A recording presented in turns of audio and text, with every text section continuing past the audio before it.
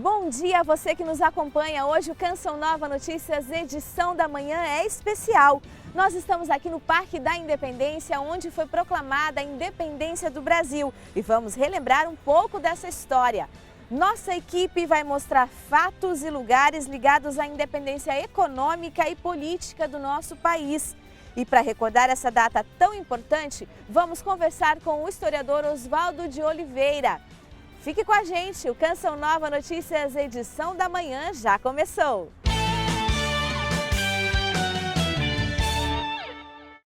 O processo de independência do Brasil foi consequência de vários fatos. Um deles foi a vinda da corte portuguesa para o Brasil em 1808. A família real fugiu depois da invasão do exército francês. Quem conta o início dessa história é a nossa correspondente em Lisboa, Cíntia Santos. Numa noite fria de inverno europeu, Dom João e a família real foram para o Brasil em fuga. Estavam fugindo do exército de Napoleão que estava a chegar às portas de Lisboa. Junto com a família real foram 15 mil pessoas. Toda essa comitiva já estava em alto mar quando o exército de Napoleão aqui chegou. Daí ficou conhecida uma expressão que é haver navios. O exército de Napoleão, quando chegou a Lisboa, ficou a ver navios, porque a família real já estava a caminho do Brasil. 5 meses foi o tempo que durou a viagem de Portugal até o Brasil.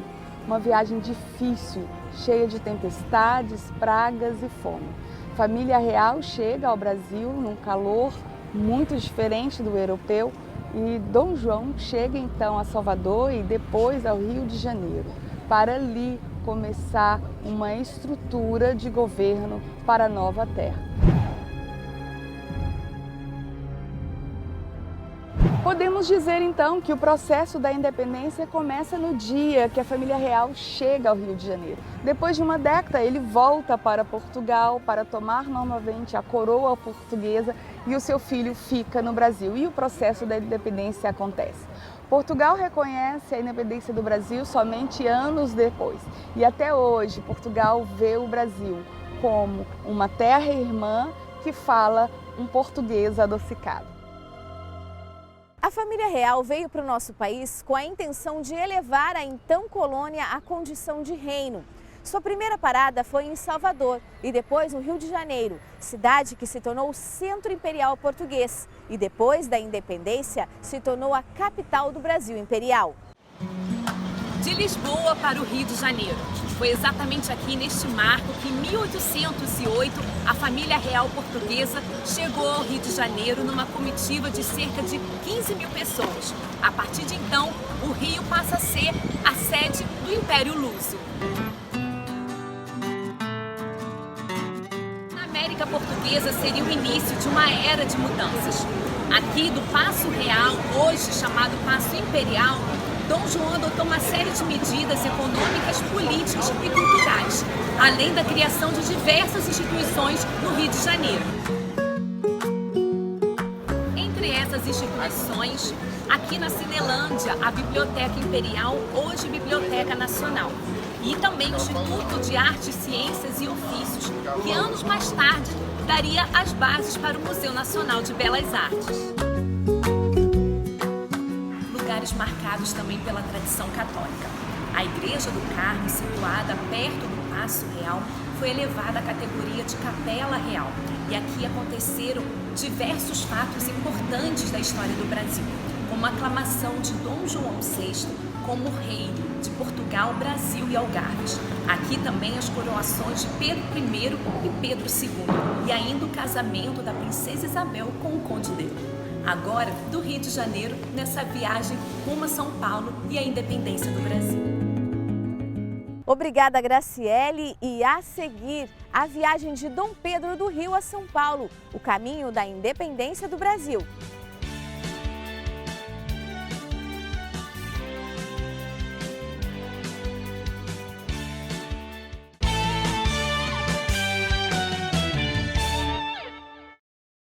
Depois de alguns anos aqui, a família real retorna para Portugal.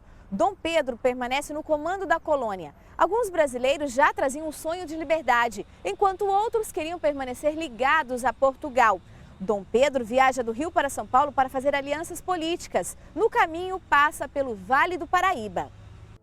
No caminho, uma prece à Senhora Aparecida das Águas. Um almoço sem se identificar como príncipe. A Rua das Palmeiras nasceu com uma muda plantada pelo membro da família real. Por quase um mês, a região entre Rio e São Paulo foi importante campo político. O Brasil começa pelo Vale do Paraíba. Naquele momento era a maior potência econômica do Brasil. Seria aqui que ele conseguiria os recursos financeiros para que pudesse dar então início a esse projeto chamado Brasil. Por entre as serras do Vale do Paraíba, o príncipe conquistou a simpatia da população.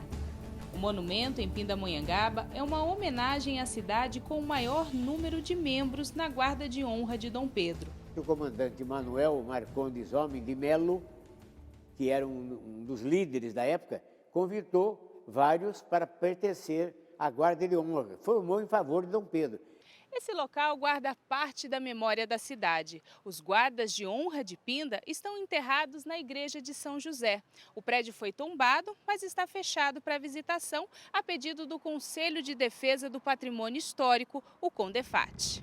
A bicentenária figueira ainda serve de descanso, assim como o então príncipe teria feito. Dizem até que ao desembaiar a espada para dar o grito da independência, ao lado dele estava o comandante da guarda, que era de Pindamonhangaba, Manuel Marcondes Homem de Melo. Esse comandante é que disse: Dom Pedro, vamos fazer como todos nós. E desembaiou a espada, vamos dizer independência ou morte. Em 1822, a viagem começou com o príncipe e terminou com o imperador Dom Pedro I. E fica a pergunta: o que teria pedido ele a Nossa Senhora Aparecida? Só no coração do príncipe Pedro é que está guardada a resposta. A cidade de São Paulo foi o grande palco para a independência do Brasil. Vamos conhecer agora os principais locais dessa história. Basílica da Penha, zona leste de São Paulo. Logo na entrada, a placa indica que um importante personagem da história do Brasil passou pela região. 150 anos antes de um príncipe desembarcar por aqui, o bairro da Penha crescia em torno de uma ermida de Nossa Senhora da Penha de 1667, onde produtores de café ergueram seus palacetes. Depois de passar pelo Vale do Paraíba, o príncipe regente Dom Pedro cruzou este ponto, onde hoje é a Rua Dr. João Ribeiro. A via fazia parte do trajeto Rio-São Paulo, rota de viajantes. E essa Rua João Ribeiro permaneceu do jeitinho que ela era da época que o Dom Pedro I passou aqui. Claro, só que não era asfaltada como é hoje, né, de terra. Andar pela via estreita é respirar um pouco da história da independência do país. As ruas foram feitas para carroças, carruagens, essas coisas. As pessoas não andavam nas calçadas. É uma rua bem tradicional. Relatos históricos contam que Dom Pedro I chegou nessa região, à época conhecida como Penha de França, em 24 de agosto de 1822. Ele passou a noite nesse local e participou de uma Santa Missa no dia seguinte, numa capela dedicada a Nossa Senhora da Penha, onde hoje é este santuário. No dia seguinte, ele se dirigiu até o centro da província de São Paulo. Era o primeiro pouso de quem ia para o Rio de Janeiro, era o último de quem chegava.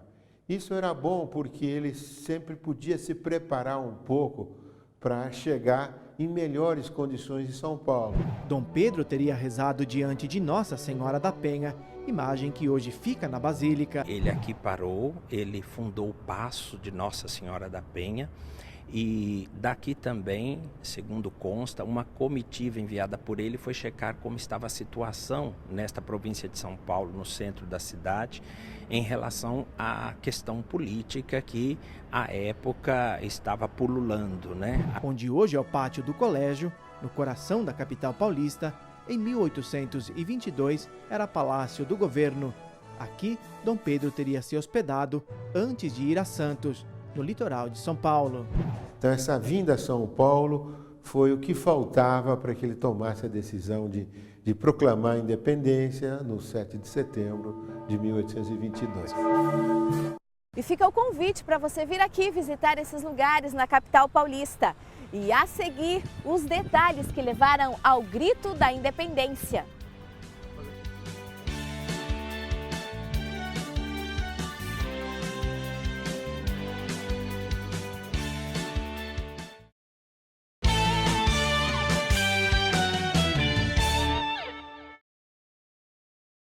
Voltando de Santos, Dom Pedro e sua comitiva passaram pela Serra do Mar. O local está preservado até hoje.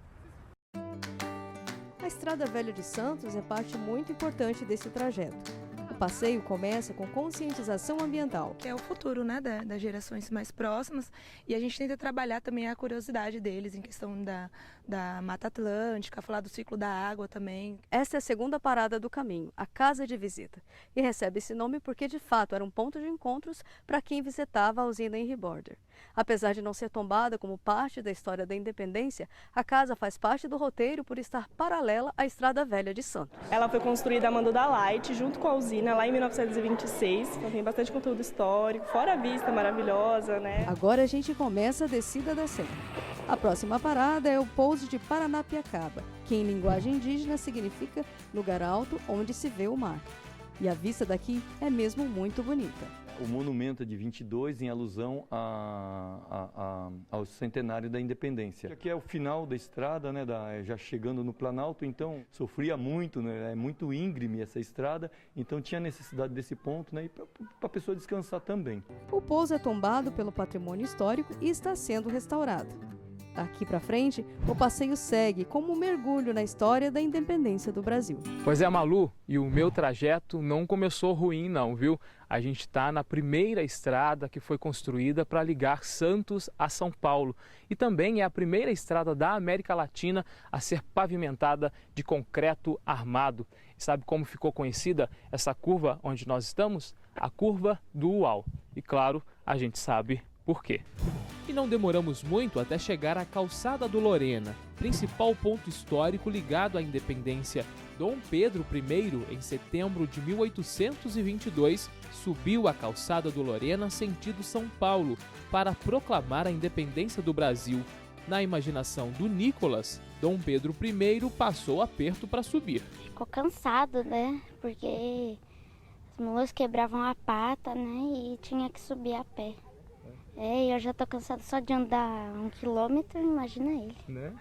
O outro ponto dessa viagem pela história na Serra do Mar é esta casa. Inicialmente ela foi feita a mando do Washington Luiz na época e o Dom Pedro II passou por aqui. Na época ele teve que assumir o trono aos 14 anos, foi emancipado para isso e na época se chamava Maioridade. Então em homenagem a ele, inicialmente deram o nome da estrada de Estrada da Maioridade lá em 1841, quando ela foi feita. Dos monumentos históricos, a Casa da Maioridade encerra o roteiro da independência. Um passeio pela história na companhia de lindas paisagens. De Santos, Dom Pedro volta para São Paulo e para as margens do Riacho do Ipiranga. Essa viagem foi decisiva para a declaração da independência. E para continuar essa história, a gente conversa agora com o professor da Universidade Metodista, Oswaldo de Oliveira. Bom dia, professor, seja bem-vindo. Bom dia, tudo bem? Quem era o jovem Dom Pedro I? Dom Pedro era um jovem regente com 20 e poucos anos, 23, 22, 23 anos, que fica com a incumbência de dirigir, de governar o Brasil com o retorno do seu pai para Portugal. E a gente sabe que a princesa, né, Leopoldina e também José de Bonifácio tiveram influência nessa decisão de Dom Pedro. Como foi essa influência? O que a gente compreende na história é que Leopoldina é uma mulher extremamente preparada para o governo. Quando vem ao Brasil, ela vem com essa incumbência, casada agora com Dom Pedro, com a incumbência também de ser uma apoiadora no governo do Brasil. E ela se destaca por ter sido a primeira mulher a ter tido, por um curto período, o governo do Brasil em suas mãos. E ela tem uma compreensão política decisiva nesse processo de independência, assim como José de Bonifácio. E qual era o clima, então, nessa época aqui do Brasil, nessa época da independência? E o que Dom Pedro veio fazer aqui em São Paulo? O Brasil vivia uma situação de enorme instabilidade, porque desde o retorno da família real para Portugal, ou melhor, desde a vinda em 1808, o Brasil inicia um processo que vai culminar em 1822 com a sua independência. E essas pressões pela independência são constantes no Brasil, né? O tempo todo você tem essa movimentação e Portugal quer retornar o Brasil à sua situação de colônia, seu status de colônia.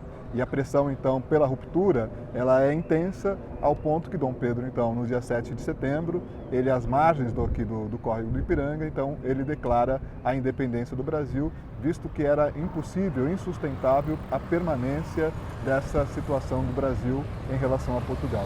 E há, então, portanto, esse cisma, essa separação. Nós estamos aqui, como o senhor falou, pertinho, né, do córrego. Então, qual era a circunstância? Qual foi a circunstância desse grito do Ipiranga? Dom Pedro está voltando de Santos, como você acabou de falar, né, retornando de Santos. Leopoldina está no palácio, governando, né, e recebe, no meio do caminho, esta carta, essa exigência do seu retorno imediato para Portugal.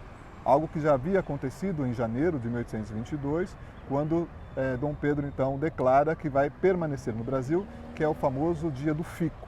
Então, lá em janeiro já existe uma situação que vai culminar agora em setembro do mesmo ano, né, com essa exigência mais incisiva pelo retorno.